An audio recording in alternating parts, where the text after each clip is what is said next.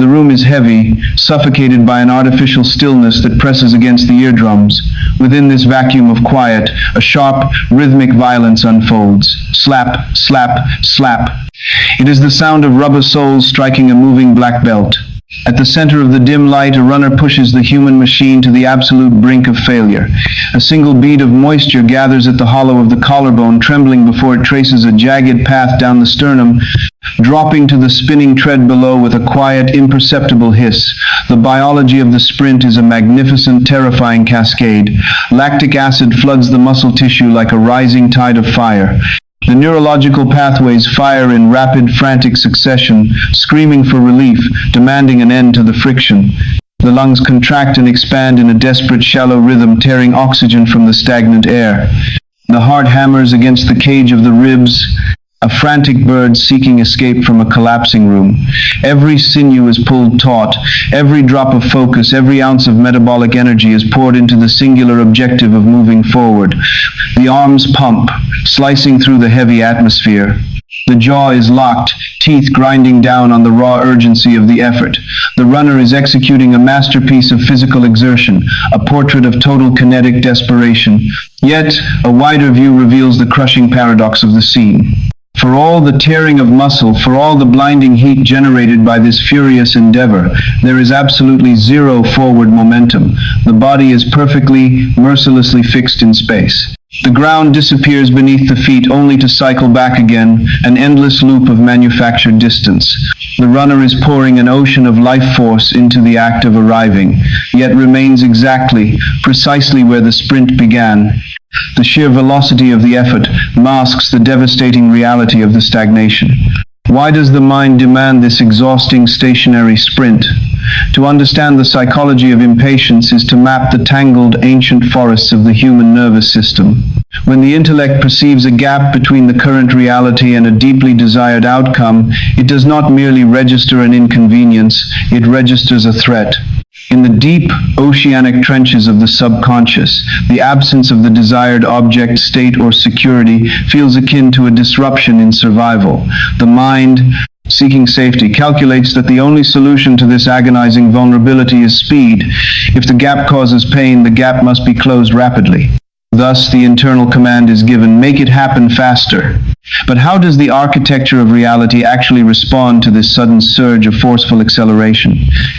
It is here that ordinary human logic collapses entirely. Creation is not governed by physical force, it is governed by the state of being. The fundamental operating system of the universe responds to identity, the silent, unbroken declaration of I am. When the mind panics and demands acceleration, it unknowingly shifts its identity. The internal posture becomes one of desperate reaching. The individual is no longer the person who possesses the desire. They have become the person who is chronically, breathlessly waiting for it. The law of reflection operates with surgical precision. It cannot translate the exhausting effort of trying to arrive into the destination itself. It merely reflects the exact frequency of the effort. The universe hears the frantic I am waiting, and it faithfully orchestrates circumstances to produce more waiting. It constructs a reality of tantalizing delays, of near misses, of goals that hover just beyond the fingertips. Look closely at the physiology of this state. Notice what happens to the body when the mind is consumed by the urgency of not yet. The shoulders rise, forming a protective armor around the neck. The digestive system slows. The eyes narrow, scanning the horizon for threats or signs of rescue. Most importantly, the breath changes. There is a profound, unspoken agreement, the contract of the breath that anchors the physical form to the present moment. It is a slow, oceanic rhythm that signals safety to the biology of the body. But in the state of impatient waiting, this contract is severed. The breath becomes shallow, trapped high in the chest, a jagged gasp of survival rather than a deep, rhythmic anchor. The frantic mind lives entirely in a projected imaginary future, dragging the body through the exhausting friction of attempting to outrun the present. The tragedy of the treadmill sprinter is not a lack of effort.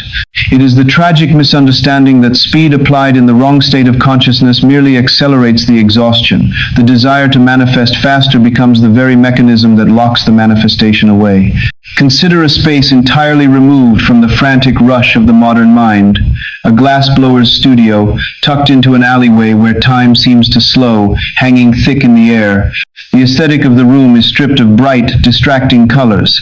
It exists as though rendered in soft graphite shading on coarse white paper. Sketchy lines of deep charcoal shadow stretch across the brick walls, while dust motes dance slowly in the pale columns of light filtering through a high frosted window. There are no distinct human faces visible here, only the rough textures of heavy leather aprons, thick canvas gloves, and the silhouette of forms moving deliberately around the blinding, roaring heart of the furnace. An apprentice stands near the bench. Their posture is rigid, humming with a restless electric anxiety. They have been working on a complex vessel, a delicate fluted bowl. The glass at the end of the long iron pipe is glowing a furious liquid orange. The apprentice's chest rises and falls rapidly. They want to see the final form. They want to hold the finished, cooled reality of their labor. Driven by the suffocating pressure of anticipation, the apprentice moves the pipe away from the ambient heat of the glory hole too quickly, rushing it toward the cold steel of the marver table. They plunge the delicate, glowing form into a bucket of cold water, demanding that the molten potential instantly solidify into the final result. A sharp, violent crack echoes through the graphite-toned room. The vessel does not cool, it shatters. Hundreds of fragmented, jagged shards rain down upon the concrete floor, the beautiful potential destroyed entirely by the violence of forced speed. From the deep shadows, the master steps forward. The master's movements contain no urgency, no wasted kinetic energy. The master picks up a new pipe, gathers a fresh layer of molten sand from the roaring crucible, and begins to turn it. The rotation is a slow, continuous rhythm, as hypnotic and steady as the tide. The master understands a fundamental law of molecular biology and atomic structure. Glass is an amorphous solid. It is a liquid that has forgotten how to flow. Its integrity relies entirely on the precise, natural pacing of its cooling. It cannot be forced into its final state. It must be allowed to settle into it. The master shapes the glowing mass, gently returning it to the heat, letting it rest, taking it out, allowing the ambient air to coax the molecules into alignment. The master does not panic. The master does not ask, "How can I make this cool faster?" The master simply maintains the environment, trusting the exact nature of the material, allowing the form to reveal itself in its own flawless, unbroken time. The finished vessel is not an achievement of force. It is an achievement of profound synchronized patience. The transition from exhausting physical force to the mastery of internal reality requires a complete cessation of the sprint. It requires the courage to step off the moving belt, to stop pumping the arms, and to allow the roaring machinery of impatience to wind down into absolute silence. To embody this truth today is to perform a radical act of biological defiance. Notice the tension coiled in the musculature of the jaw. Notice the defensive elevation of the shoulders. Acknowledge the shallow, survival-driven panting that has replaced genuine respiration. Now intentionally drop the heavy, rusted armor of effort. Exhale deeply, restoring the contract of the breath, letting the diaphragm expand downward, sending a signal of absolute safety through the dark, branching pathways of the nervous system. The physical reality of the situation has not changed, but the internal frequency has shifted entirely. The frantic "I am waiting" begins to dissolve, replaced by the quiet, settling weight of "I am here." Yet, as the noise of the sprint fades and the dust of frantic effort settles, a new, intimidating landscape reveals itself. Standing at the edge of this newfound stillness, the fog clears to expose the true terrain that lies ahead. It is not a track to be run. It is a vast, echoing chasm separating the cliff edge of the current reality from the distant, towering peaks of the desired life. The space between is shrouded in heavy mist, vast and seemingly uncrossable by any physical means. The legs cannot jump it. The arms cannot build a bridge across it. The laws of physical velocity are entirely useless at this terrifying, magnificent precipice. If the gap cannot be crossed through time, and if it cannot be conquered by speed, a profound mystery remains waiting in the silence. The architecture of this void operates on a different set of physics entirely, a framework where distance is an illusion, and the journey requires no movement at all. The air at the edge of the precipice is thin, biting, and saturated with a heavy, clinging mist. To stand upon this jagged ledge is to experience the profound visceral vertigo of the human condition. Beneath the boots, the rock is unstable, crumbling silently into a gorge so deep the bottom is swallowed by an impenetrable bruised darkness. A cold wind howls through the hollow space, a mournful sound that vibrates directly against the breastbone. Across the expanse, perhaps a mile away, perhaps a million, the opposite cliff rises from the fog. It is entirely visible. The light over there is warm, golden, and serene. It is the landscape of the desired reality, the fully realized potential, the healed body, the secured love, the quiet harbor of financial peace. The eyes can trace its contours. The mind can remember its warmth, even having never physically touched it. This is the canyon of not yet. The sensory experience of standing on this starting cliff is an agonizing neurological stretch. The nervous system is caught in a phantom ache, recognizing the profound familiarity of the opposite shore, while the physical body remains stranded in the freezing mist of the current circumstance. The gap between these two realities exerts a gravitational pull, a crushing weight upon the chest. The eyes strain to measure the distance. The intellect frantically calculates the drop, searching for a bridge, a rope, a hidden path down the treacherous rock face and up the other side. Every muscle hums with the painful vibration of proximity without possession. The tragedy of the canyon is not that the other side is invisible. The tragedy is that it is perfectly in view, agonizingly close, yet utterly unreachable by the mechanics of ordinary movement. To stand in this space is to inhabit the suffocating heavy architecture of waiting. Why does this gap feel so solid, so unyielding? To pierce through the illusion of ordinary human thinking requires an excavation of the very nature of waiting.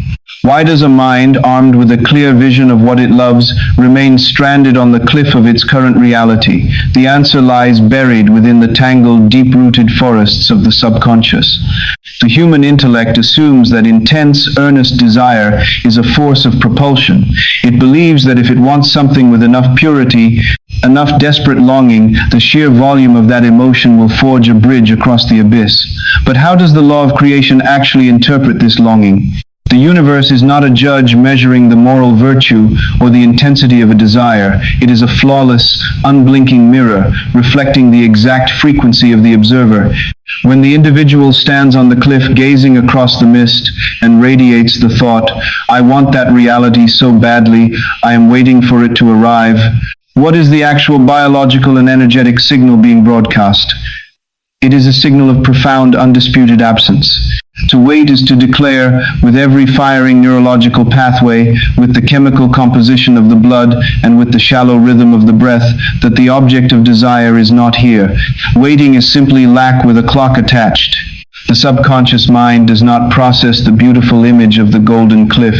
It processes the cold wind, the crumbling rock, and the panicked heartbeat of the person stranded in the mist. How then does the mirror respond? It takes the blueprint of absence and faithfully builds more of it. It orchestrates circumstances, delays, and near misses that perfectly match the frequency of not yet. The earnestness of the wanting is entirely irrelevant to the mirror. The mirror only reflects the state. Therefore, the person who spends their days fiercely visualizing their goal, only to spend their evenings anxiously wondering why it has not yet manifested, is caught in a loop of self-sabotage. They are repeatedly affirming the reality of the canyon. By measuring the distance, they carve the gorge deeper. By monitoring the time it takes to cross, they widen the expanse. The mind's desperate attempt to figure out how and when becomes the very chisel that solidifies the rock beneath their feet, cementing them to the starting line. The gap is not maintained by a lack of effort. It is maintained by the exhausting, persistent practice of acknowledging the separation. Far from the frozen cliffs of the mind, out in the vast, untamed expanse of the ancient Pacific Ocean, a different law of physics is practiced. It is the dead of night. The ocean is a rolling, mountainous landscape of black water, devoid of landmarks, devoid of compass points. A massive, double-hulled wooden canoe rises and falls with the terrifying rhythmic breathing of the sea. The salt spray is cold and sharp, stinging the eyes of the crew who huddle against the carved wooden beams. In the Western mind, navigation is a process of crossing a gap. The sailor looks at a map, calculates the distance from point A to point B, and forces the vessel through the water, measuring the miles conquered and the miles remaining. The Western sailor moves across a stationary world, but at the stern of this canoe stands the wayfinder, the master Polynesian navigator. The wayfinder's internal reality is governed by an entirely different architecture. The wayfinder does not possess a map. There is no compass, no chronometer.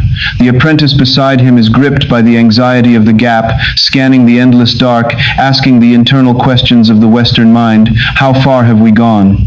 How much longer until we arrive? Are we moving fast enough? The apprentice is exhausted, battered by the friction of trying to push through the terrifying distance. The wayfinder, however, remains absolutely still. His bare feet are planted on the damp wood, reading the subtle vibrations of the current. His eyes are lifted not to the horizon but to the zenith star hanging brilliant and cold in the velvet sky. The wayfinder does not believe the canoe is moving. In the deep oceanic trenches of his consciousness, he holds a profound, unshakable assumption. The canoe is stationary. The destination, the lush green island, thousands of miles away, is already his. He anchors his mind completely to the island. He smells the specific scent of its vegetation. He feels the exact warmth of its shallow lagoons. By anchoring his state of being to the destination, the wayfinder believes he is pulling the island toward the canoe. He is not crossing a gap. He is remaining perfectly centered in his knowing, allowing the ocean to slide beneath the hull, bringing the island to his feet. There is no waiting. There is no not yet. There is only the quiet, settled certainty of drawing the destination through the water. The wayfinder's mind is not broadcasting absence, it is broadcasting total arrival. Because he does not acknowledge the distance loses its power over him. The tragedy of the modern mind is that it is forever acting as the frantic apprentice, calculating the miles, staring into the dark, exhausted by the sheer effort of trying to conquer the ocean of circumstances. To embody the truth of the wayfinder today is to observe the exact nature of your own waiting. Notice the heavy sigh that escapes the lungs when a desired email does not arrive. Observe the subtle, sinking sensation in the stomach when checking a bank balance or a calendar. Recognize the quiet, insidious hum of the internal voice asking, "Why hasn't this happened yet?" This is the friction. This is the act of carving the canyon deeper. This is the physiological broadcast of absence. The practice is not to row harder. The practice is to stop measuring the water. When the sensation of the gap arises, when the cold wind of the canyon bites at the mind, the task is to gently, deliberately withdraw attention from the distance. Return the focus to the zenith star.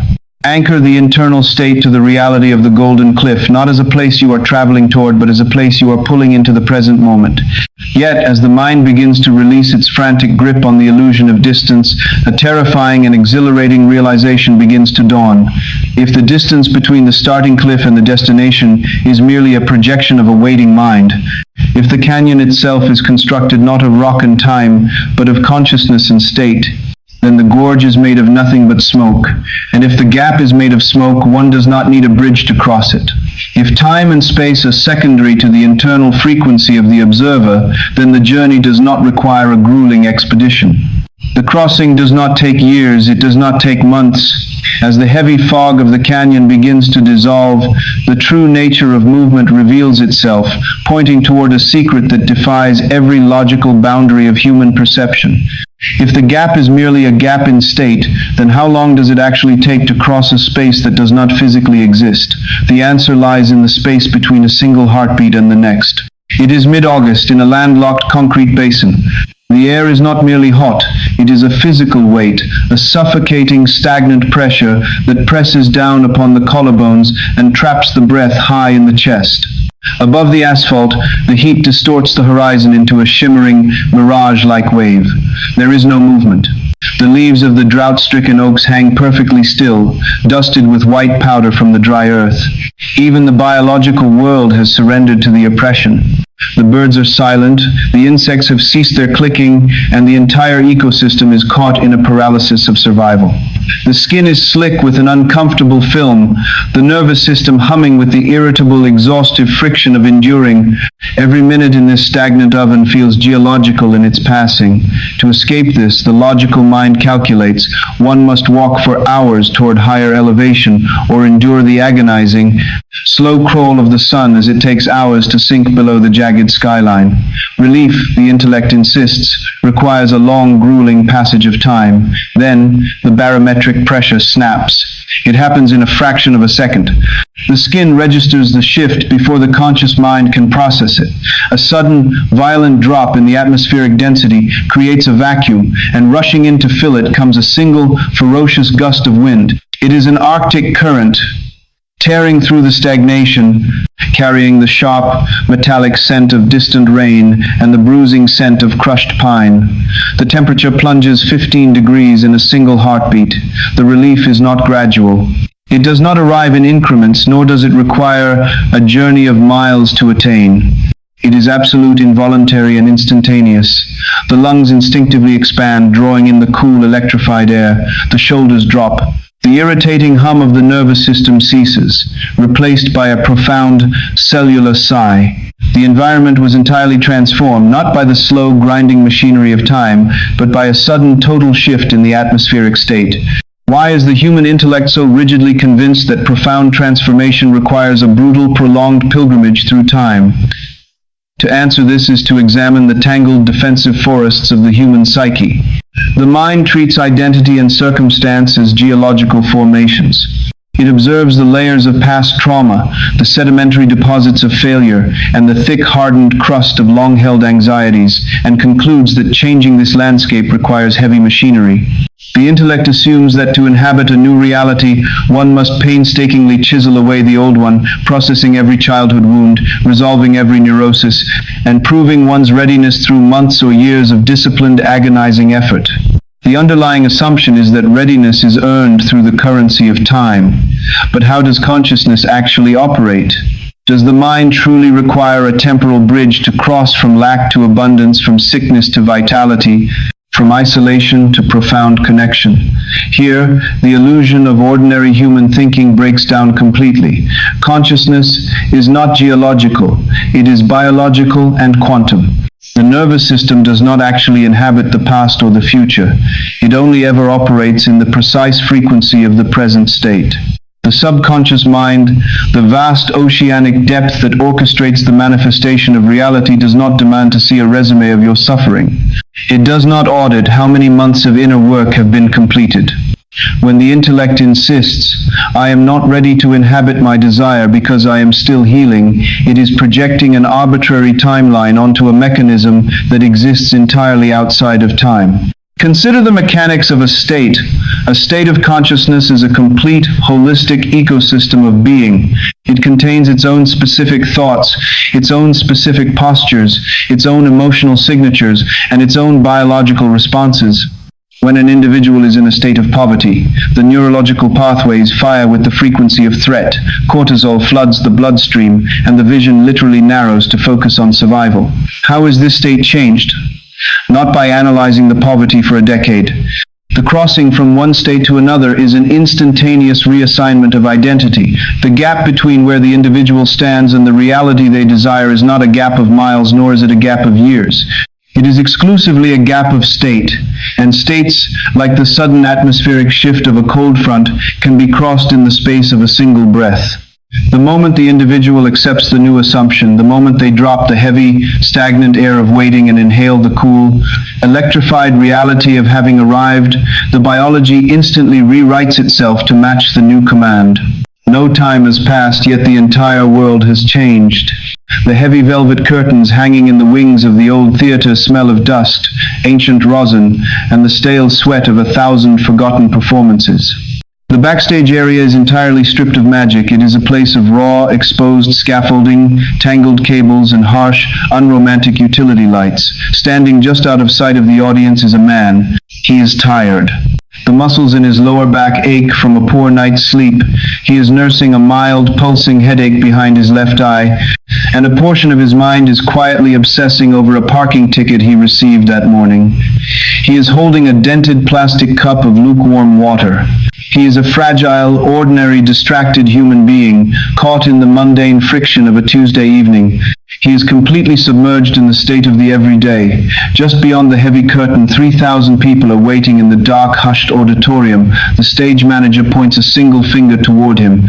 The small cue light on the wall flashes from red to a brilliant, piercing green. The man hands the plastic cup to a stagehand. He takes one single step. The distance he moves is perhaps 18 inches the width of the velvet curtain line, but the crossing is absolute. As his boot strikes the wooden floorboards under the wash of the blinding hot stage lights, a physiological and psychological rupture occurs. He does not spend the next 20 minutes gradually convincing himself he is a king. He does not pause to process the trauma of the parking ticket or wait for his headache to heal before he can begin. In that fraction of a second, the state is claimed, and his biology instantly obeys. The spine stacks into perfect, rigid alignment, adding an illusory 2 inches to his height. The shallow, anxious breathing of the backstage man vanishes, replaced by the deep, resonant, diaphragmatic anchor of a sovereign. The neurological pathways transmitting the pain behind his eye are flooded and overwritten by the immense, focused adrenaline of the monarch. The history of the man in the wings is entirely vaporized, replaced by the ancestral weight and absolute authority of the crown. When he opens his mouth to speak, the voice that reverberates through the chest cavities of the 3,000 people in the dark is not the voice of an actor trying to perform a role. It is the undeniable gravitational pull of a king. The audience does not see the transition. They only experience the undeniable reality of the new state. The actor crossed the gap in an instant, proving that the body and the mind do not require time to transform. They require only a total, unyielding decision to step across the line. The realization that states can be crossed in an instant is the most terrifying and liberating discovery the human psyche can endure. It strips away every excuse the intellect has carefully constructed. It removes the crutch of "I need more time," destroying the comforting delay of "I am still working on myself." The listener is standing in the dusty wings of their own existence, holding the lukewarm water of their current circumstances, listening to the murmur of a life they wish to change.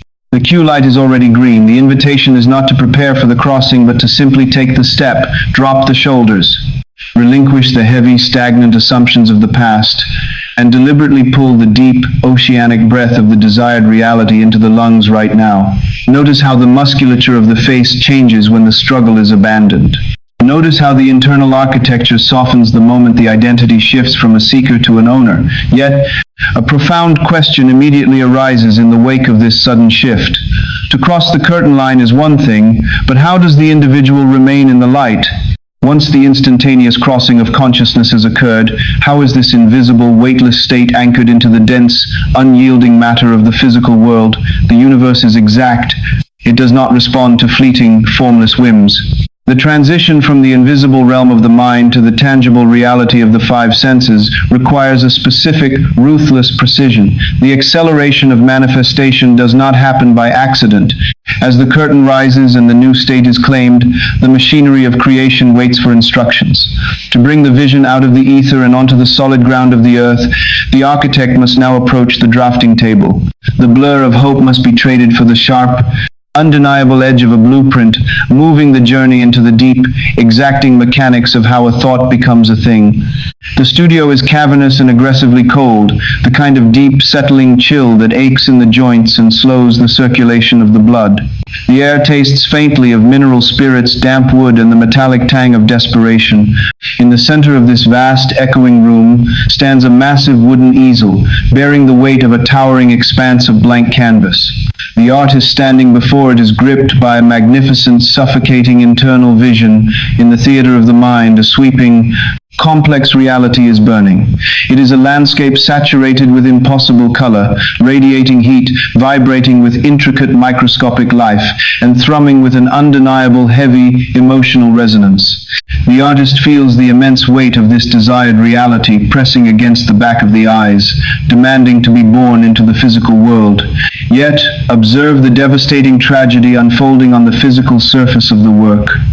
The artist's hand moves across the expanse, but the translation from the burning mind to the solid world is failing completely.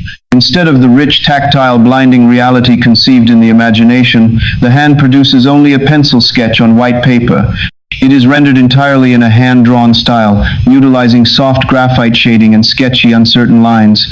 There is a rough texture to the strokes, completely devoid of digital rendering, crisp edges, or defined boundaries. It is a minimalist drawing, a gray, formless fog where no human faces can be discerned, only the vague, ghostly, anonymous suggestions of shapes hovering in a void. The artist steps back, exhausted, the heavy charcoal snapping between rigid fingers. The disparity between the vivid, thrumming desire held within and the shadowy, minimalist rendering on the paper is an agonizing fracture of the psyche. The tragedy occupying this freezing room is not a lack of passion, nor is it a lack of earnest effort. The tragedy is a lethal lack of precision. Why does the magnificent intention so often degrade into a shadowy, minimalist sketch in the physical world? To pierce through the illusion of ordinary human thinking, one must abandon the romanticized notions of the universe and examine the precise, rigorous neurological and biological machinery of manifestation. Why does the subconscious mind, the vast, deep ocean current that moves the tectonic plates of physical reality, consistently fail to deliver the abstract requests of the conscious intellect? The conscious mind begs for freedom, for abundance, for true love. But the subconscious is not a poet. It is a blind, unyielding builder. It does not speak the language of abstract concepts. Freedom is not a geographical coordinate. A better life is not an architectural plan. How then? Does the biological machinery actually construct reality? The nervous system operates exactly like a cellular receptor waiting for a highly specific molecular key.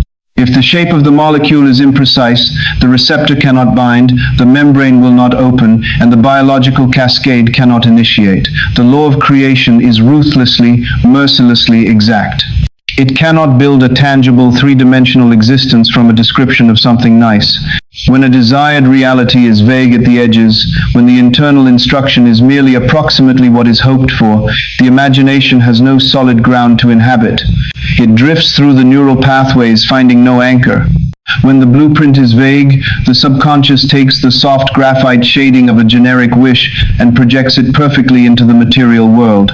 The result is a life that is broadly fine, approximately comfortable, but forever lacking the vivid, deeply satisfying weight of the true desire. An ambiguous signal can only ever produce an ambiguous reflection. If the mind asks for more money without defining the exact sensory reality of what that wealth feels like, the universe might deliver a sudden influx of overtime, hours producing more money, but accompanied by crushing exhaustion. The universe cannot hand over a set of keys to a house that possesses no dimensions. It requires the full, uncompromising architectural drawing. The exact texture, the precise temperature, the undeniable acoustic signature of the reality. Without this ruthless clarity, the foundation of the future is being poured entirely upon shifting sand. Consider the creation of a monumental space. High above the chaotic noise of a metropolis, an architect sits alone in a quiet, lamplit room. Outside the thick glass, the city is a blur of sirens and frantic kinetic energy, but inside, the atmosphere is held in a state of absolute, pressurized focus. The architect has been tasked with designing a grand, historic library, a sanctuary of knowledge meant to endure for centuries. The amateur would attempt to design the abstract concept of grandeur. The amateur would draw large, imposing shapes, hoping the emotional weight would magically attach itself to the structure, but the master architect knows that grandeur cannot be drawn. Grandeur is an emotional byproduct generated by microscopic, hyperspecific physical decisions. Therefore, the architect does not draft the feeling of awe. Instead, the architect's pencil moves across the tracing paper to dictate the exact, microscopic porousness of the Italian marble, ensuring it absorbs the ambient cold of a winter morning in a very specific way. The master drafts the precise, unyielding angle of the southern windows so that at exactly 10:00 a.m. in late November, a single, piercing shaft of light will strike the gold-leaf spine of a book on the third shelf. They do not calculate quietness. They engineer the exact density of the imported oak paneling, ensuring that when a single leather-soled shoe falls upon the floor, the acoustic resonance does not echo harshly, but produces a low, muffled, authoritative hum that commands immediate reverence. The architect creates the scene. Not the generic category of a beautiful building, but the highly specific, sensory-rich texture of a Tuesday morning within that space. They anticipate the heavy brass weight of the door handle against the palm. They engineer the ventilation so the faint scent of aging paper and beeswax polish lingers perpetually in the still air. Because the blueprint is drawn with this ruthless, unforgiving precision, the builders who arrive months later know exactly where to pour the concrete, where to cut the stone, and where to place the glass. There is no guessing. The vision solidifies from the invisible ether into unyielding matter, built securely upon the foundation of an exact sensory instruction. The macro reality is born entirely from the micro detail. The requirement for this microscopic precision is not a burden. It is the most liberating mechanism available to the human psyche. To embody this truth today is to stop pleading with the surrounding world for the vague category of a better existence. It is time to abandon the soft, hazy, minimalist sketches of the mind. Instead, sit quietly, lower the defensive posture of the shoulders, and build the scene. Move from the category into the specific lived moment. If the desire is absolute financial security, do not focus on the abstract, glowing numbers on a screen. Focus on the physical posture of a body that no longer carries the suffocating, invisible weight of debt. What does the air smell like in a home where survival is no longer the primary, exhausting directive? What is the exact temperature of the porcelain coffee cup resting in the hand? And what is the unremarkable, quiet, calm, settling deep in the chest when checking an account balance and feeling absolutely nothing? No sudden spike of cortisol, no frantic relief, just the ordinary settled baseline of safety? If the desire is profound companionship, do not visualize the abstract concept of a loving relationship. Go to the specific scene. What is the precise sensory experience of sitting across a wooden table from someone whose nervous system is entirely regulated by your presence? Feel the specific quality of ease in a room where all performance has ceased, where the muscles of the face can finally rest, deeply and genuinely known by another. If this profound shift from vague longing to precise architectural creation is finding a resonance within you, if the truth of this quiet revolution is taking root in the deep soil of your own mind, pause here. Claim your place in this unfolding dialogue. Subscribe to this journey, join this growing community of conscious architects, and allow these transmissions to serve as a steady anchor as you rebuild the inner world. Your presence here is not an accident. It is the exact reflection of a mind ready to master its own state. Yet, as the blueprint is finalized in the mind, a new, critical threshold appears. Drawing the perfect scene is the absolute foundation, but a hyper-specific architectural plan sitting on a drafting table is still merely paper. It possesses the correct dimensions, the perfect angles, and the exact instructions, but it remains entirely devoid of the vital spark of animation. To move the precise lines of graphite off the flat surface and breathe them into towering, three-dimensional biological reality requires a different kind of alchemy entirely. The structure is built, the scene is set, but it now waits in the dark for a force so concentrated, so physiologically profound, that a single drop of it can alter the entire chemical composition of the body. The intellect has drawn the map, but it is time for the body to cross the territory. The laboratory is sterilized of all sound, wrapped in a cold, heavy silence that presses against the temples. In the center of a stainless steel table, beneath the harsh, unblinking glare of a halogen lamp, sits a cylindrical glass beaker. It is filled to the brim with distilled water, purified of all minerals, perfectly still, and entirely transparent. The surface is a flawless mirror, unbroken by even a microscopic tremor of vibration. Hovering exactly 1 inch above this pristine surface is a glass pipette. Trapped within its narrow throat is a single, dense drop of concentrated ink. The liquid is a midnight hue, heavy, viscous, and saturated with potential. Time slows. The atmospheric pressure in the room seems to concentrate entirely upon the fragile meniscus bulging at the tip of the glass. Gravity exerts its quiet, unyielding pull. The drop elongates, stretching into a tear, holding on by the narrowest tether of surface tension before it finally surrenders. It detaches. The descent takes only a fraction of a second, yet it contains the weight of an entire world. As the heavy sphere breaches the still surface of the water, there is no sound, but the visual violence is absolute. The drop does not politely mix. It explodes into a blooming, complex architecture of deep blue. Tendrils of dark color shoot downward like the roots of a sudden sprawling forest, fracturing the transparency, wrapping around the invisible currents of the liquid. In less than a heartbeat, the pristine, untouched water is irreversibly transformed. Its chemistry, its color, its very identity is rewritten. The transformation did not require hours of stirring, nor did it require buckets of pigment. It required only a single concentrated drop, delivered with absolute, undivided weight. Why is the human mind so deeply addicted to the illusion of duration? The intellect is heavily conditioned to believe that transformation is a transaction paid for with the currency of time. When the desire to change a reality arises, the logical brain immediately calculates the necessary suffering, assuming that hundreds of hours of mechanical repetition, disciplined mantras, and grueling mental rehearsals are required to wear down the resistance of the physical world. But how does the subconscious, the vast deep ocean floor of human biology, actually absorb an instruction? The biological machinery does not wear a watch. It does not measure the devotion of a practice by the exhaustion it produces. When an individual repeats an affirmation 1,000 times while their internal nervous system remains clenched in a posture of doubt, they are merely skipping stones across the surface of the water. The stone touches the surface, creates a frantic, fleeting ripple of thought, and vanishes.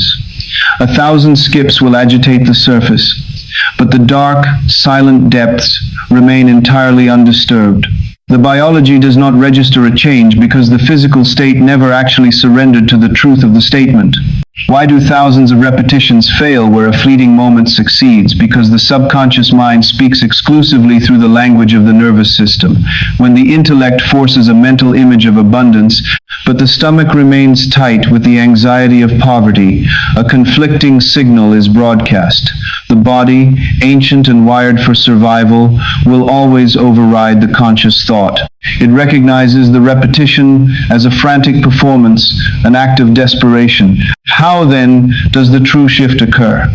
It occurs through the weight of a single unguarded second, 20 seconds of genuine, total immersion, where the mind drops the heavy armor of disbelief and allows the scene to become so intensely real that the body is tricked into responding outweighs a decade of hollow routine.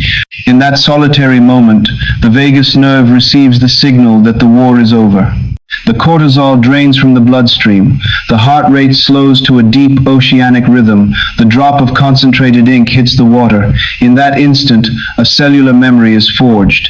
The subconscious accepts the desired reality, not as a distant hope, but as a current, undisputed biological fact.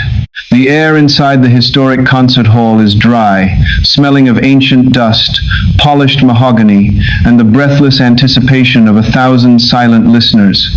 The acoustics of the room are notoriously unforgiving. The architecture swallows hesitation and amplifies fear. First to the stage is a young prodigy. The musician is technically flawless, fueled by a frantic, nervous, kinetic energy. Raising the violin, the prodigy executes a ferociously complex piece playing 100 notes a second. The fingers blur across the fingerboard, the bow bouncing with rapid, jagged aggression. It is an astonishing display of duration, repetition, and speed. Yet the sound bounces off the skin of the audience.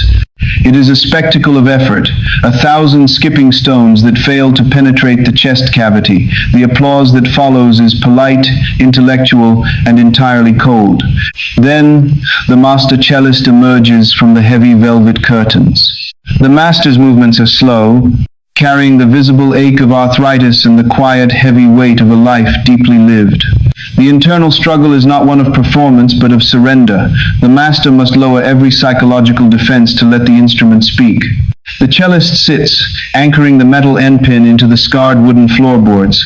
The hall falls into a suffocating silence. The master closes their eyes, breathing out a long, ragged exhale that drops the shoulders an inch. The heavy, rosin bow is placed against the thick gut of the lowest C string. The master does not play a scale. The master does not rush. With an agonizingly slow, deliberate draw, the bow pulls a single sustained note from the wood. The vibration is immense, tearing through the air, traveling down the endpin directly into the floorboards, and crawling up through the soles of the audience's feet.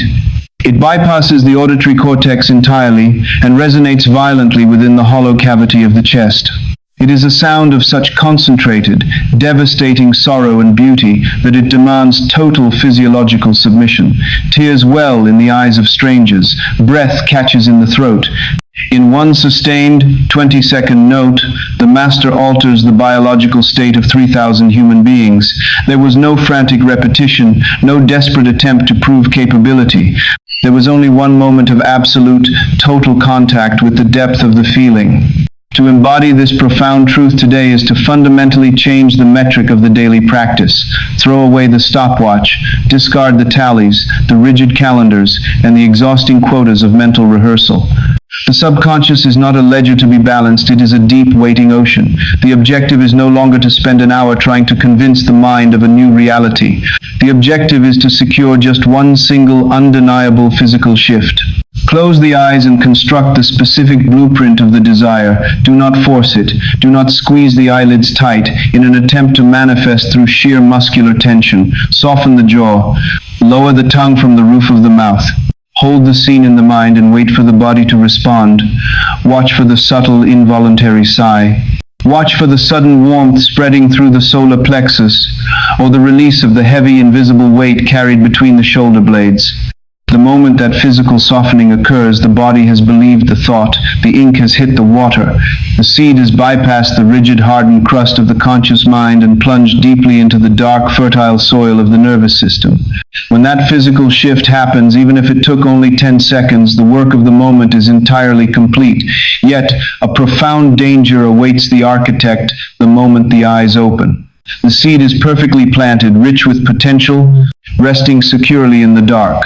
But human existence is not a suspended vacuum. The morning arrives. The blinding light of the current circumstances pierces the eyes. The demands of the physical world, the ringing phones, the echoing doubts, and the abrasive friction of ordinary life come rushing back, carrying a frantic, destructive energy designed to dig up the soil and expose the fragile root. If the weight of a single second plants the seed, how does the mind protect that fragile, invisible reality from being crushed by the heavy machinery of the daily grind? The survival of the vision now depends entirely upon the mastery of a quiet, unyielding, and largely invisible rhythm. To stand at the rim of the Great Canyon is to witness the autopsy of a geological war, a battle waged not with explosive violence but with the terrifying, unyielding power of time. The sheer cliffs drop away in a dizzying vertical plunge, exposing millions of years of compressed history. Reddish-black striations of iron-rich rock, bands of pale limestone, and veins of jagged quartz form an impenetrable fortress of solid matter. The rock is dense, arrogant, and seemingly invincible. It represents the hardened, rigid circumstances of physical reality, the unmoving obstacles, the entrenched conditions, the seemingly permanent deficits of the human experience. Yet, looking down into the bruised, shadowy depths of the gorge, one finds the victor of this ancient war. It is a ribbon of deep, jade-colored water. Even from thousands of feet above, the low, continuous vibration of the current can be felt transferring through the soles of the boots, a deep, acoustic hum that bypasses the ears and settles directly in the marrow of the bone. The water does not possess the density of the stone. It cannot strike like a hammer. It cannot shatter like dynamite. If one were to take a single cup of this water and hurl it against the cliff face, the liquid would instantly shatter into a harmless, evaporating mist, leaving the rock entirely unchanged. The biology of the water is soft, yielding, and entirely passive. How, then, did the softest element in the ecosystem carve a mile-deep scar through the hardest substance on Earth? It did not use force, it used presence. The river merely arrived at the surface of the stone, and then it refused to leave. It flowed over the exact same jagged edge, year after year, century after century, with a patient, rhythmic, unchanging devotion. It found the microscopic vulnerabilities in the granite and gently, ruthlessly washed them away. The tragedy of the human mind is that it worships the explosive power of dynamite, completely ignoring the canyon-carving mastery of the consistent, unyielding current. Why is the human intellect so seduced by the explosive peak experience and so deeply resistant to the quiet rhythm of consistency? To deconstruct this paradox, one must examine the tangled defensive neurobiology of the survival instinct. When a mind is trapped in a painful reality, whether it be the suffocation of poverty, the isolation of loneliness, or the despair of physical illness, the nervous system is flooded with the adrenaline of emergency. The biological mandate of an emergency is sudden, massive action.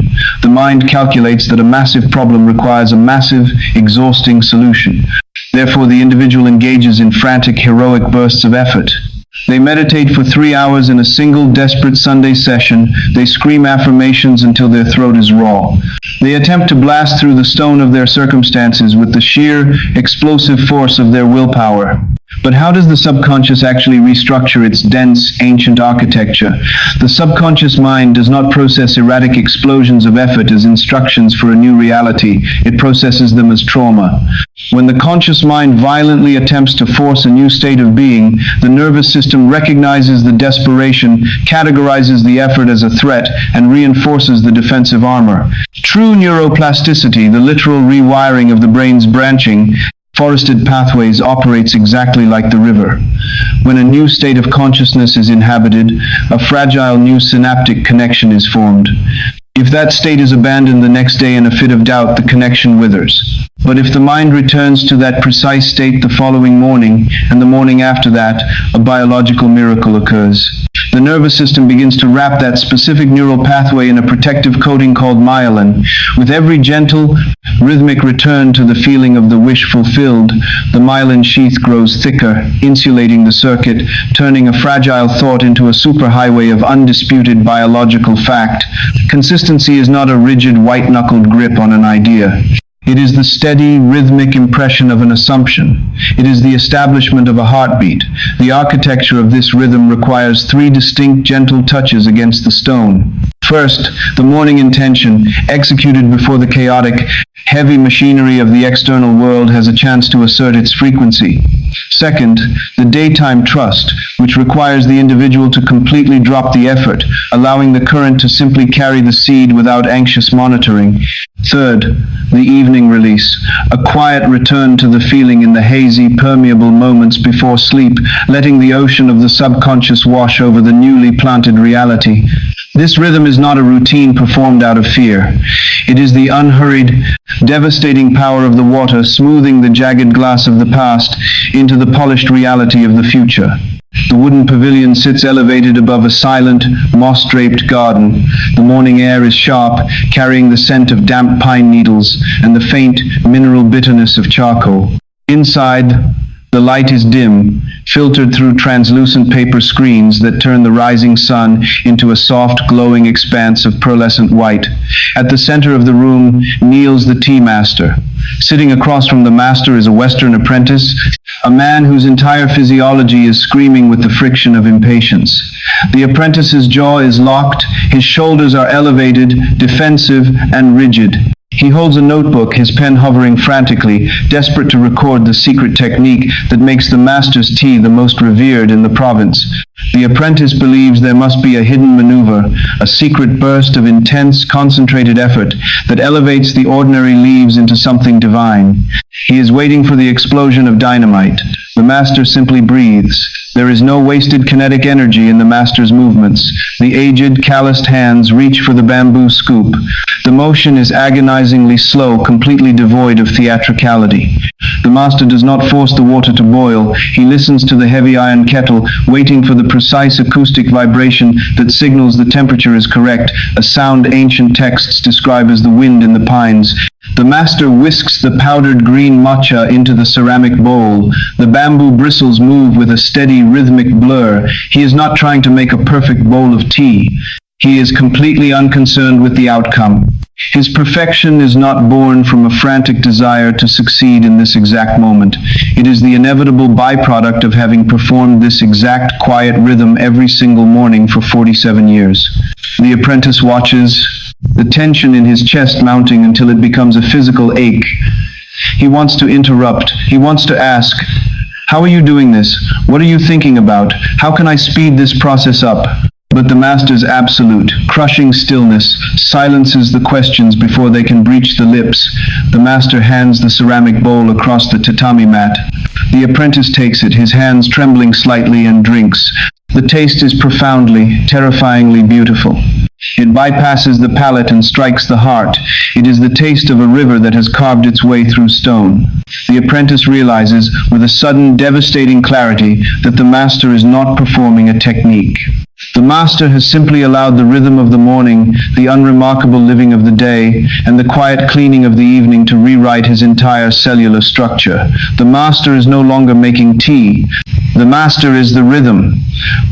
The ego's desperate need for a heroic, explosive struggle is rendered completely obsolete by the quiet, unyielding flow of the water.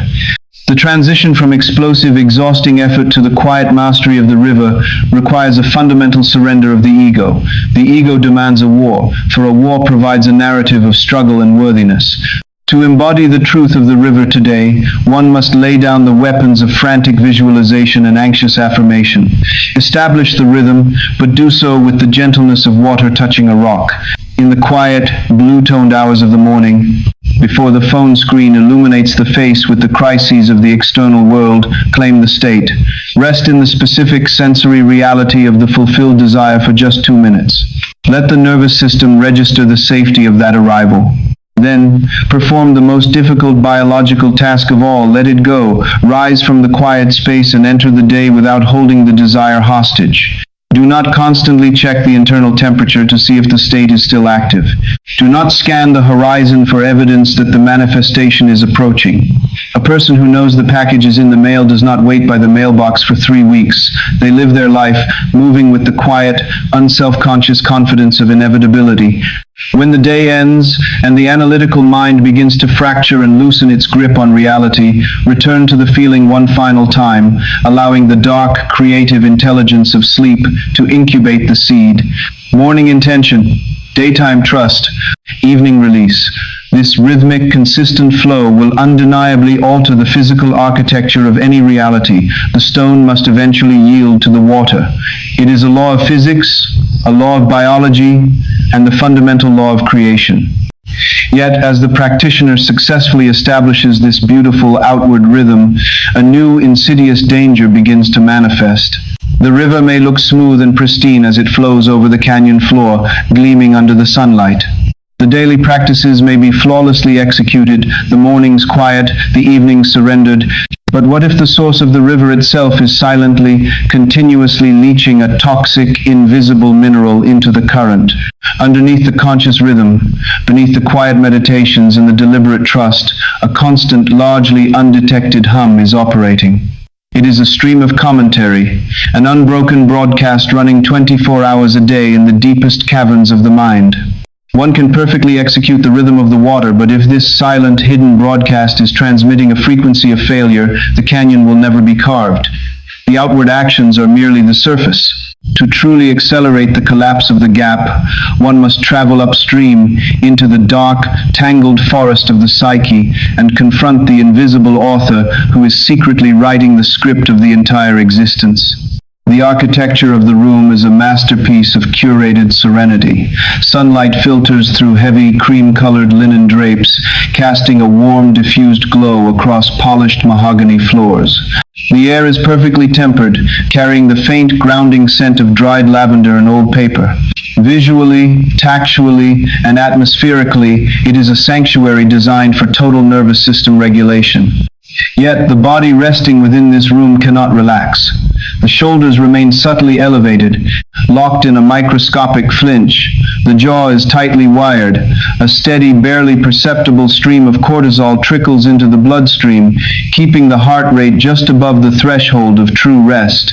The cause of this biological tension is entirely invisible, hidden beneath the aesthetic perfection of the space. Tucked away in a shadowed corner, obscured behind a stack of books, sits an old radio. Its volume is turned down to the lowest possible setting, a level that bypasses the conscious auditory cortex, but vibrates relentlessly against the fine bones of the inner ear. The radio is broadcasting a continuous, static-laced feed of anxious gray-tone news. It murmurs of impending scarcity, of near misses, of past failures, and of a vague, looming danger that is always just over the horizon. The voice on the broadcast is calm, rational, and relentlessly pessimistic. Because the volume is so low, the inhabitant of the room has forgotten the radio is even turned on.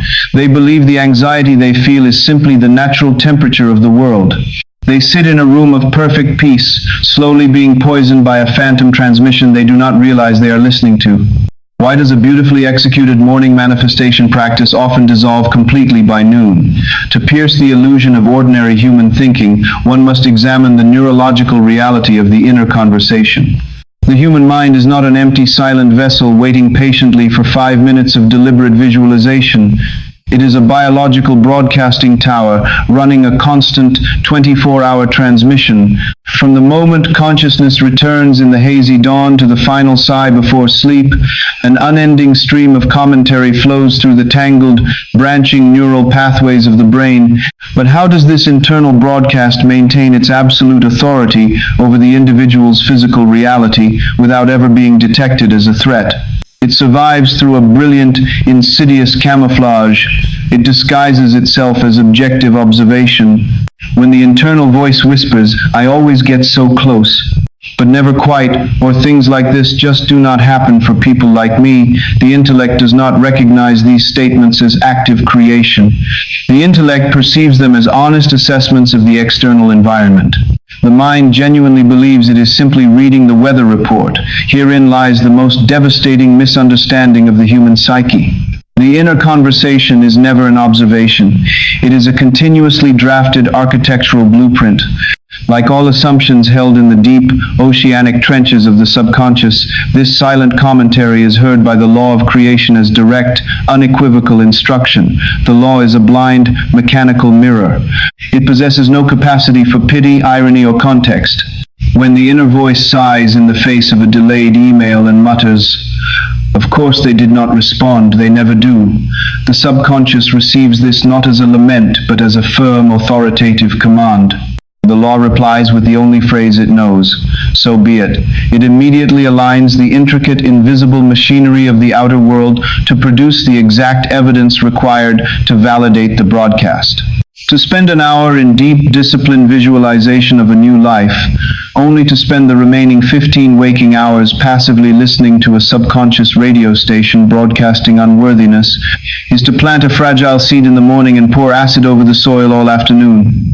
The tragedy of the unexamined inner voice is that it writes a tragedy, calls it a documentary, and forces the body to live inside it. High in the stone keep of an ancient, prosperous realm, a sovereign sits upon a heavy oak throne. The kingdom stretches out beyond the iron-wrought balconies, fertile valleys, deep forests, and trade routes that have sustained the people for generations. Yet, a creeping decay has begun to rot the foundation of the state. Treaties are inexplicably dissolving. The granaries feel hollow. A heavy, suffocating anxiety has settled over the cobblestone streets. The sovereign is exhausted, burdened by the heavy armor of leadership. Standing perpetually in the shadows just behind the throne, hovering near the sovereign's left ear, is the Grand Vizier. The Vizier wears robes of soft gray silk that make no sound against the stone floor. The Vizier's voice is not harsh or demanding. It is smooth, reasonable, and intimately familiar. In fact, over the decades, the Vizier has perfectly mimicked the cadence and tone of the sovereign's own voice. The Eastern allies are turning their backs, the Vizier whispers, pouring wine into the sovereign's silver cup. The soil in the lower valley is losing its vitality. We must prepare for the famine. It is only a matter of time before the neighboring lords realize our weakness. The sovereign nods heavily, feeling the physical weight of these truths settle into the chest. Orders are given to hoard grain, which causes panic in the markets. Defenses are aggressively built on the eastern border, which offends the allies and provokes the exact betrayal the Vizier warned against. The sovereign believes they are simply managing a failing kingdom. Then, one evening, a sudden, blinding clarity strikes the sovereign in the silence of the royal chambers. The sovereign walks to the balcony and looks down at the lower valley. The soil is dark, rich, and wet with recent rain. There is no blight. The sovereign looks toward the eastern roads. There are no marching armies, only merchants bringing silk and spices. A terrifying, liberating realization rewires the sovereign's mind in a single heartbeat. The Vizier is not reporting the condition of the kingdom. The Vizier is creating it. The sovereign realizes that the decay of the realm is the direct physical manifestation of the advisor's relentless pessimistic script. The next morning, the sovereign takes the throne. The vizier steps out of the shadows, leaning in to deliver the daily report of doom. The sovereign does not draw a sword. The sovereign does not scream or argue, for to argue with a shadow is to give it substance. The sovereign simply raises one hand, palm outward. "You are dismissed," the sovereign says. The voice is quiet, holding the heavy, undisputed resonance of absolute authority. "You will not speak in this hall again." The vizier's mouth opens, but no sound emerges. The gray silk seems to evaporate into the drafty air. The advisor simply ceases to exist. The silence that rushes into the throne room is not the tense, vibrating silence of held breath. It is a vast, expansive, golden quiet. The sovereign has taken back the pen, reclaiming the role of the author. To reclaim the throne of the mind today is to recognize the presence of the hidden advisor. The listener must become the conscious, deliberate author of the internal script rather than its passive, battered audience. This cannot be achieved through the violence of forced positivity. Pasting cheerful, frantic affirmations over an undercurrent of genuine, bleeding doubt only produces a hollow, chaotic frequency that the nervous system rejects as a lie. The biology of the body knows when it is being lied to. The conflicting signals merely create more internal friction. Instead, the old stories must be dismantled with the calm, detached curiosity of a scientist examining a fossil. When the familiar, heavy voice whispers, "This is never going to work," do not fight it. Simply pause the mental machinery and ask, "Is this actually an objective truth? Or is this a conclusion drawn from old data, kept alive by a mind addicted to the safety of disappointment?" Questioning the old story strips it of its authority. Once the old script is recognized as a fiction, it begins to lose its gravitational pull. Slowly, deliberately, without forcing the breath, introduce the new voice. Speak to yourself from the end result. What is the internal monologue of a person whose desires have already solidified into physical fact? They do not frantically tell themselves they are safe. They simply observe their safety. They comment gently on the ease of their day. They inhabit a mental environment where the desired life is the ordinary, unremarkable fabric of daily experience. Yet, as this new narrator is installed and the frequency of the background radio is finally changed, a strange and violent phenomenon occurs. The body, having been addicted to the chemical cocktail of anxiety and waiting for years, experiences a sudden withdrawal. The ego, realizing it is being written out of the story, begins to panic. As the practitioner attempts to rest in the new peaceful assumption, a sudden storm of doubt, urgency, and frantic resistance rises from the deep ocean floor of the psyche. The mind begins to search desperately for evidence that the new state is failing. The friction becomes palpable, a heavy drag on the spirit that threatens to pull the individual right back into the canyon of waiting. If the inner conversation is the steering wheel, resistance is a massive, rusting emergency brake. How does one release a brake that feels entirely welded to the floorboards of the human condition? The instinct is to pull harder, to fight the doubt with brutal determination. But in the architecture of manifestation, whatever you meet with force, you confirm as real. To dissolve the final barrier, one must learn the terrifying art of completely dropping the sword. The water is a bruised, freezing expanse of violent kinetic energy. To be caught in the grip of a marine riptide is to experience a terrifying suspension of the laws of human autonomy. The temperature of the ocean strips the heat from the biology of the body in a matter of seconds, tightening the lungs into rigid, unyielding balloons. The roar of the surf is a deafening, chaotic white noise that obliterates thought. Trapped within this rushing corridor of water, a swimmer thrashes desperately toward the distant shoreline. The physical exertion is magnificent and entirely tragic. Lactic acid floods the deltoids and triceps, turning muscle tissue into heavy, burning lead. The heart hammers against the ribs, pumping oxygen-starved blood through a panicked nervous system. The eyes sting with coarse salt, fixed furiously on the dry sand that represents safety, stability, and survival. Every instinct forged by millions of years of evolution screams a singular deafening command: fight, push against the pull, swim harder. Yet, the geometry of the ocean is mathematically indifferent to the desperation of the human form. The harder the swimmer fights directly against the outgoing current, the faster the energy reserves are vaporized. The thrashing arms displace water, but generate zero forward momentum.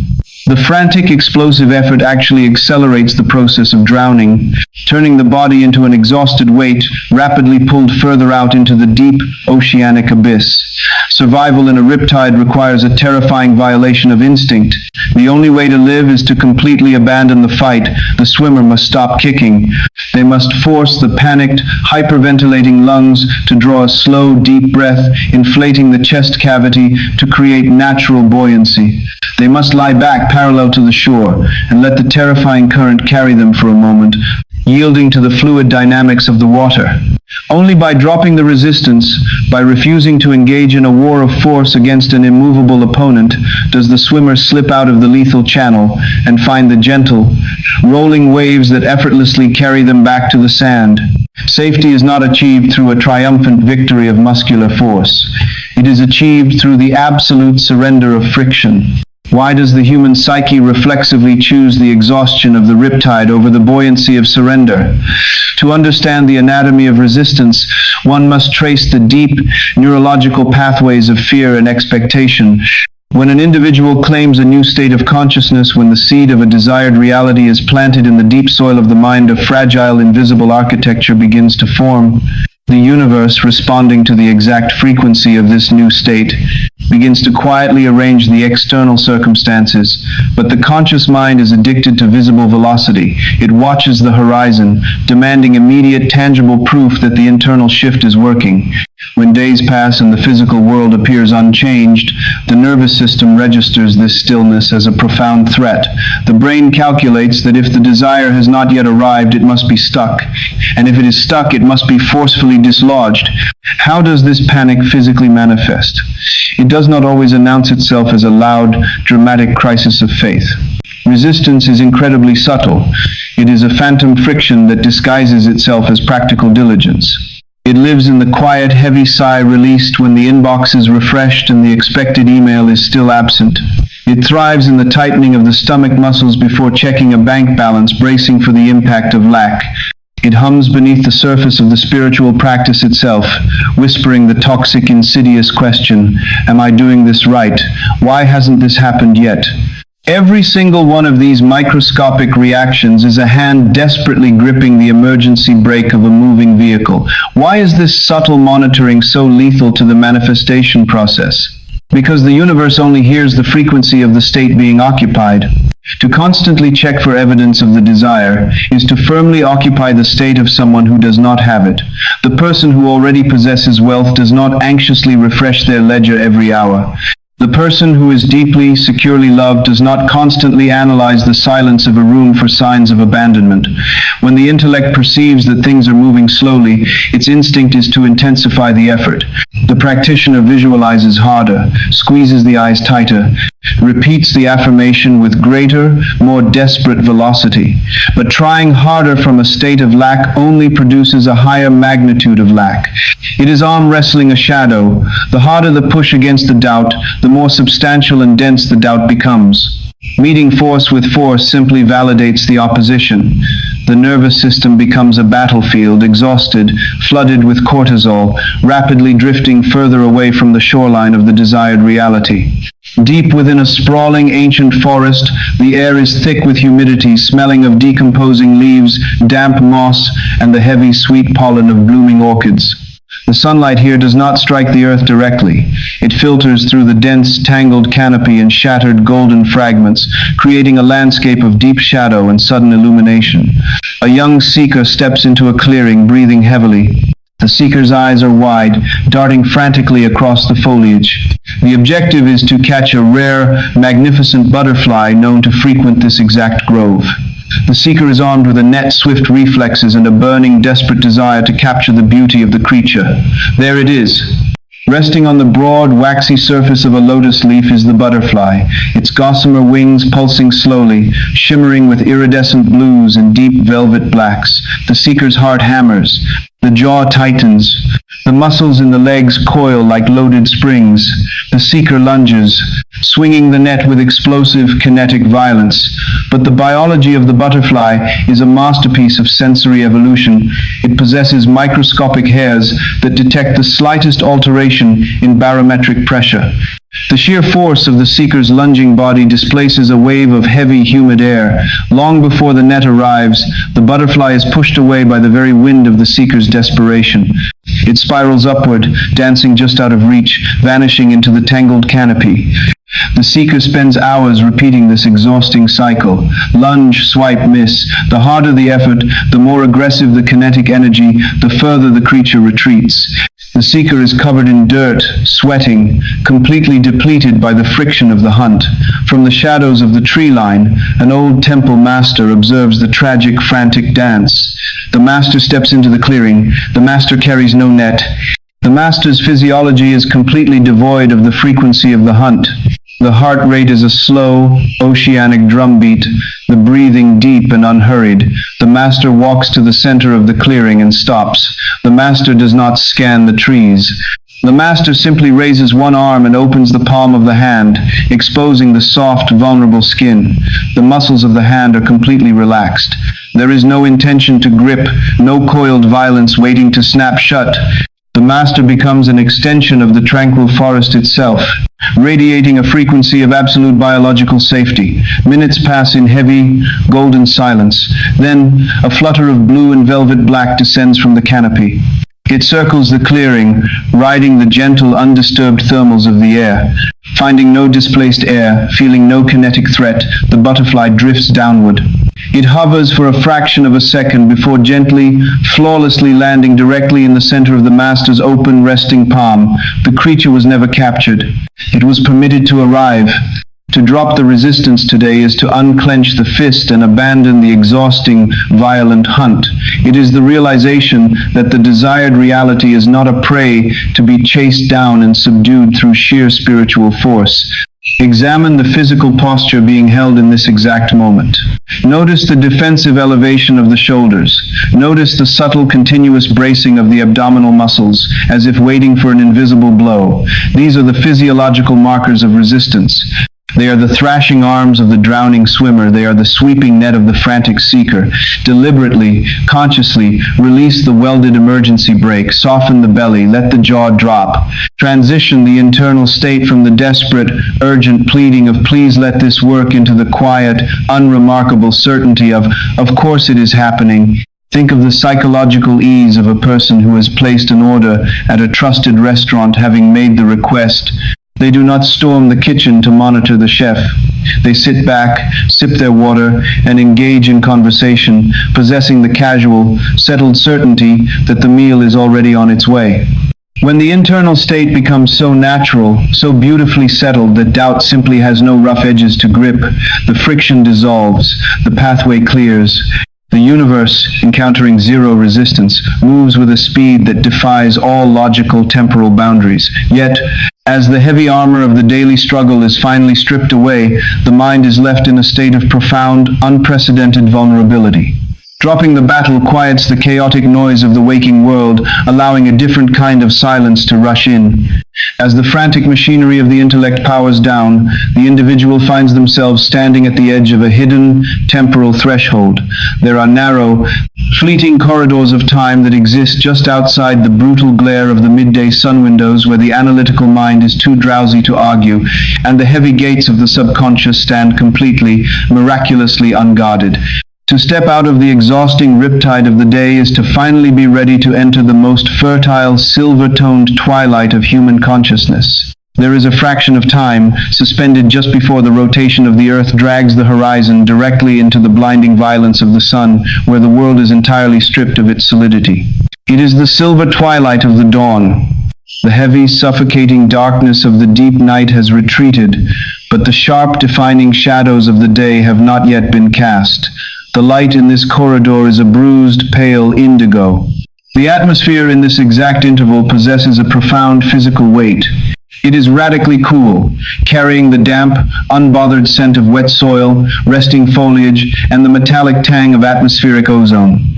The relentless, grinding machinery of human existence, the roaring engines, the digital frequencies, the frantic kinetic energy of survival remains completely paused. Even the biological world honors this liminal space. The birds have not yet begun their territorial chorus, and the insects remain locked in the cold paralysis of the dew. To observe this moment is to witness the universe holding its breath.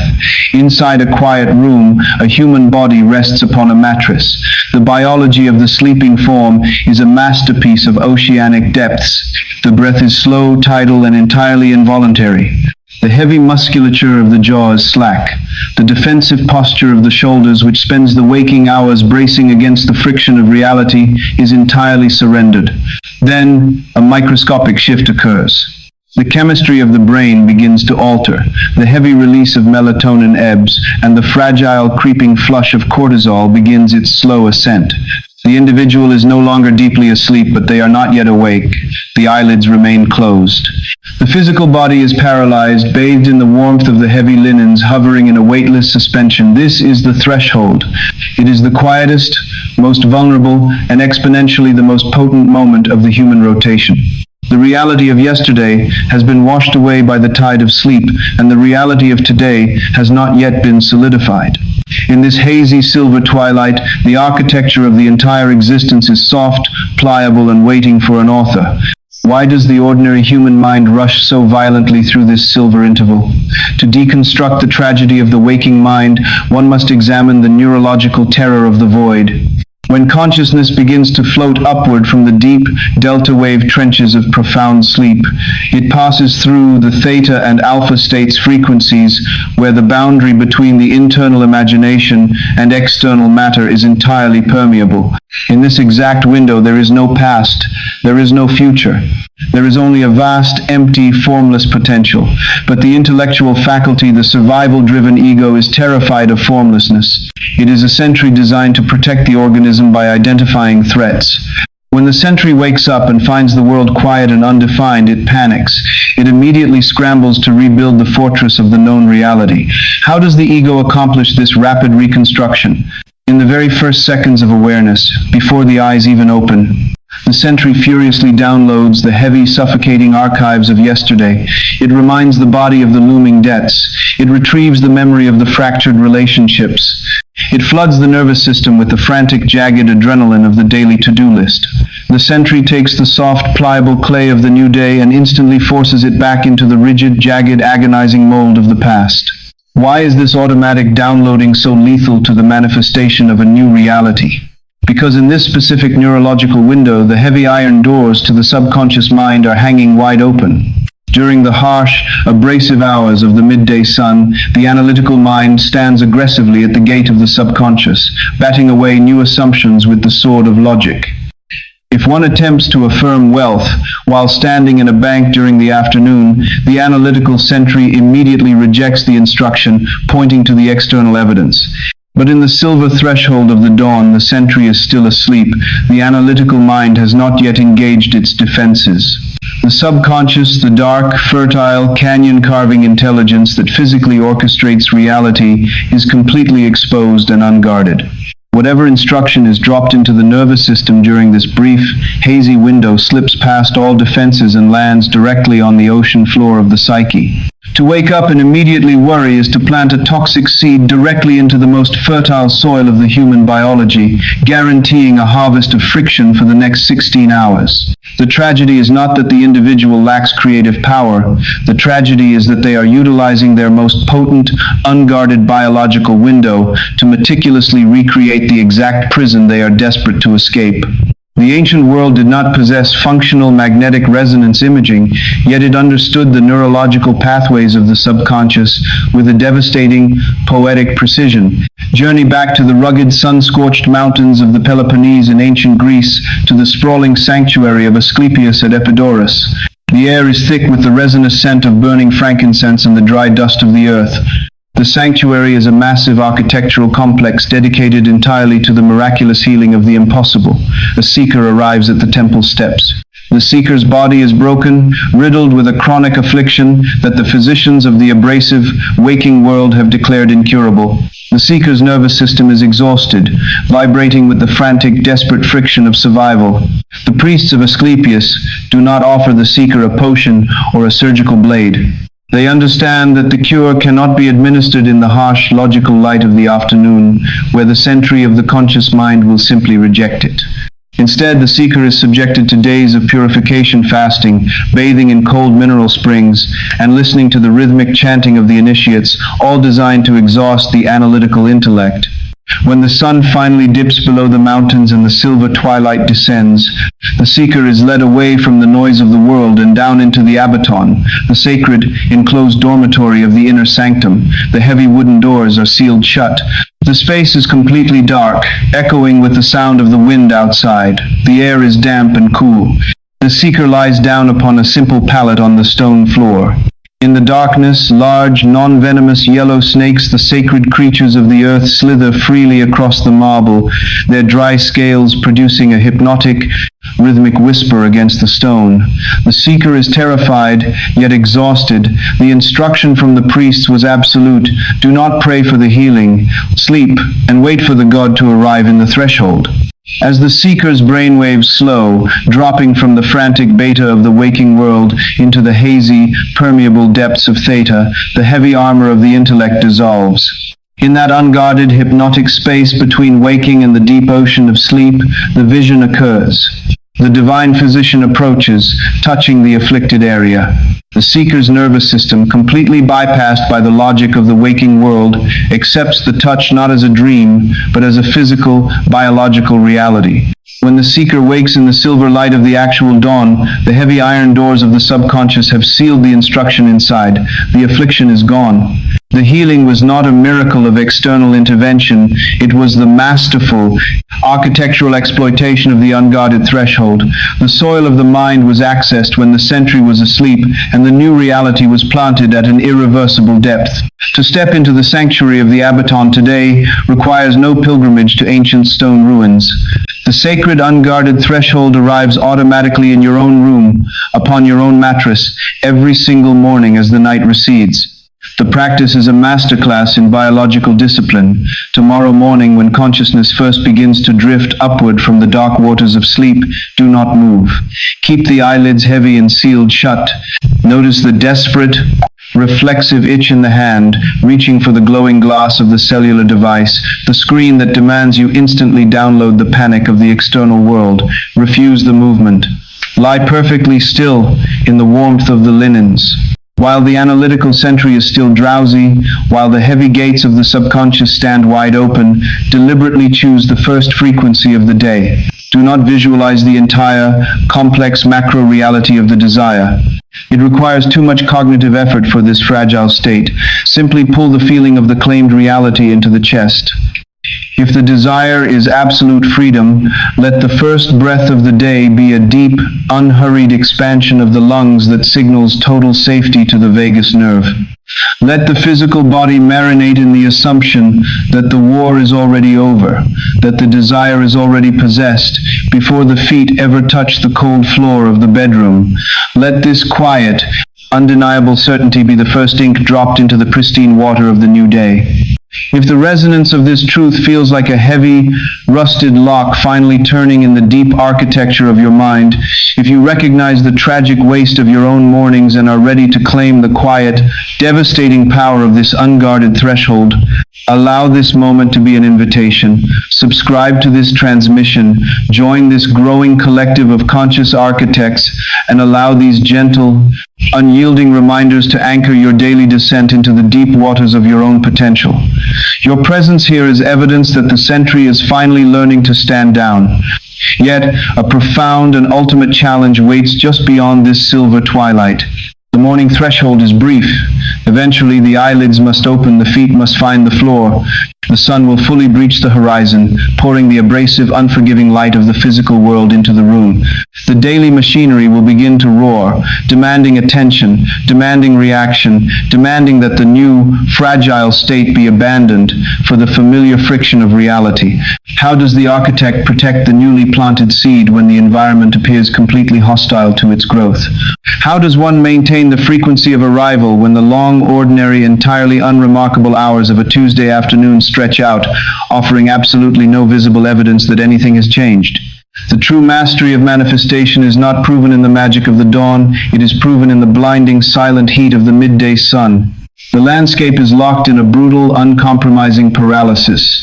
It is midwinter, and a heavy, monochromatic gray sky presses down upon a vast expanse of open earth. The temperature has plummeted well below freezing, turning the topsoil into a rigid, impenetrable crust of frost and shattered ice. The bare branches of the distant oak trees stand perfectly motionless against the pale horizon, stripped of all foliage, offering no resistance to the biting metallic wind. To the naked eye, to the logical, observing intellect, this field is a portrait of absolute biological death. There is no green, there is no kinetic energy. There is no visible evidence of life, no subtle tremor to suggest that anything is happening beneath the desolate, frozen surface.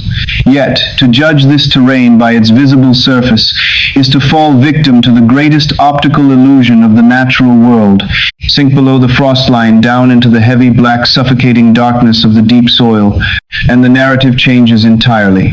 Here, insulated from the abrasive, freezing wind, an entire universe of violent, relentless cellular activity is unfolding. The seed, buried in the total absence of light, has absorbed the ambient moisture. Its hardened outer shell has fractured. Deep within its microscopic architecture, the biological mandate of creation has been triggered. Mitochondria are firing, converting stored energy into a furious, silent explosion of growth. A fragile, translucent root is currently tearing its way through the dense, packed dirt, anchoring itself against the gravity of the earth, while a pale shoot begins the slow, agonizing, invisible push upward. On the surface, there is only the silence of the frost. The days are short, bleak, and completely ordinary. Nothing appears to be changing, but in the dark, the reality of the harvest is actively, violently being constructed.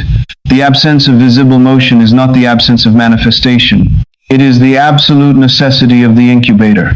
Why is the human intellect so profoundly terrified of the silence between the request and the arrival? To dismantle the final, most devastating barrier to transformation, one must examine the neurological addiction to visible proof. The conscious mind is a survival mechanism, wired over millions of years to scan the immediate horizon for threats and resources.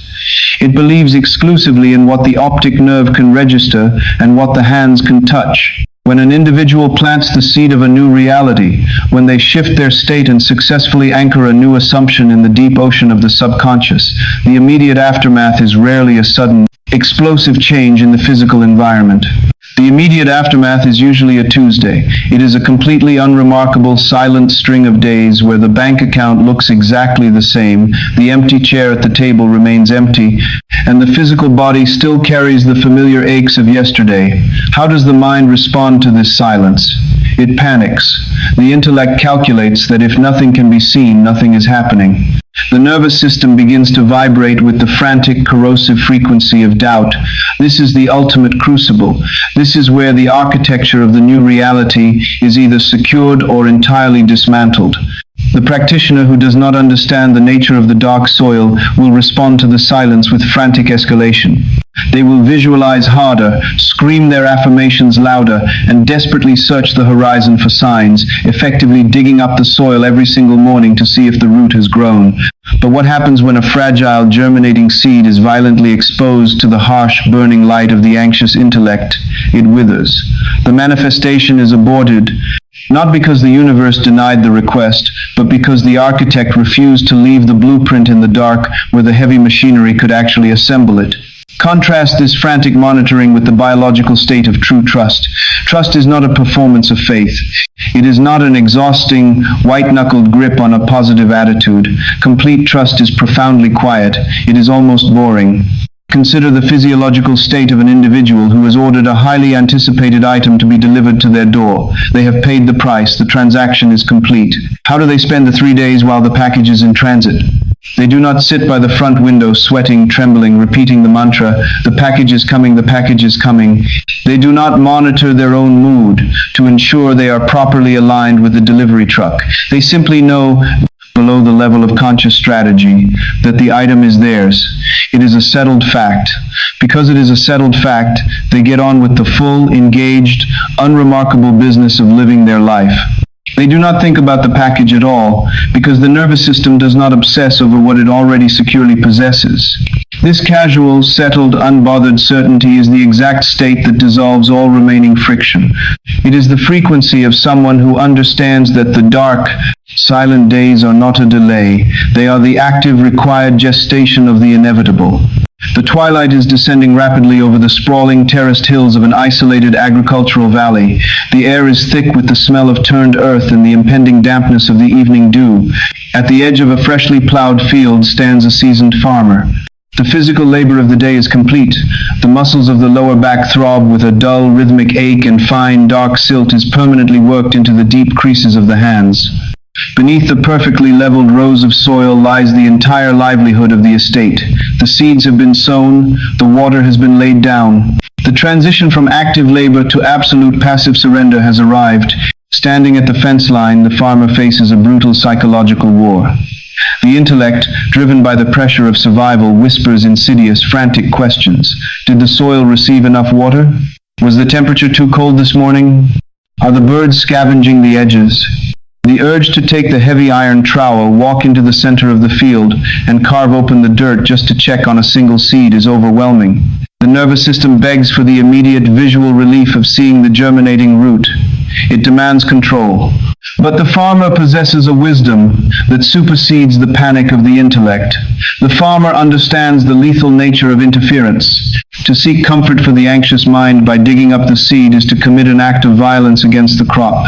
The light of the setting sun, the dry air, the sudden exposure, it would instantly kill the fragile, microscopic biology attempting to take hold in the dark. The farmer stands motionless for a long time, the heavy calloused hands gripping the wooden rail of the fence. The breathing slows, dropping deep into the diaphragm, settling the frantic hum of the nervous system. The decision is made, not in the mind, but in the marrow of the bone. The farmer turns their back on the field. The iron trowel is left in the shed. The heavy wooden door of the farmhouse is pulled shut. Inside, the farmer washes the dirt from their hands, eats a simple meal, and lies down upon the mattress. The field is entirely out of sight, surrendered to the terrifying, autonomous intelligence of the earth. The farmer closes their eyes and falls into a deep, uninterrupted sleep. This sleep is not an act of ignorance, it is the ultimate act of heroism.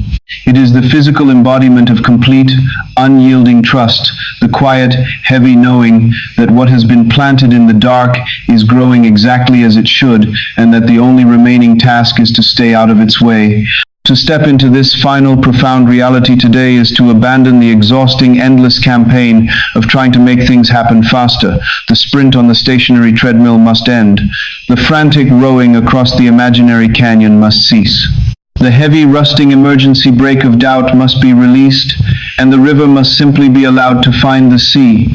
Examine the architecture of the current daily practice. If the internal state is still vibrating with urgency, if the eyes are still frantically scanning the horizon for proof, if the mind is constantly returning to the site of the desire to dig it up and check its progress, the seed is being suffocated by the very hands that planted it. The challenge, the only challenge that remains, is to cultivate the casual, settled certainty of the farmer in the winter, remove the boulders of desperation from the pathway. Stop asking the universe to hurry, for the plea to hurry is merely a broadcast of absence. Plant the assumption, water it with the genuine, sensory feeling of a single deeply felt moment. And then, execute the most powerful maneuver in the entire spectrum of human consciousness. Leave it completely alone. Stand still in the center of the ordinary silent days. Let the sun rise and set without keeping a frantic ledger of time. Know, with a quiet lightness that requires absolutely no defense, that the reality claimed in the mind is already a solid, undeniable fact, currently making its way to the surface of the physical world. The gap between the present location and the desired destination was never a gap of miles or years. It was only ever a gap of state, and that state has now been entirely rewritten. As the frantic machinery of effort finally powers down, as the desperate need for visible proof dissolves into the quiet, unbothered peace of total knowing, a mysterious and magnificent shift begins to occur in the surrounding atmosphere. The heavy friction of the world evaporates. The air becomes electrified, charged with the undeniable magnetic pull of an approaching reality. The story contained within these pages is concluding, but it serves only as the threshold to a far greater, living manuscript.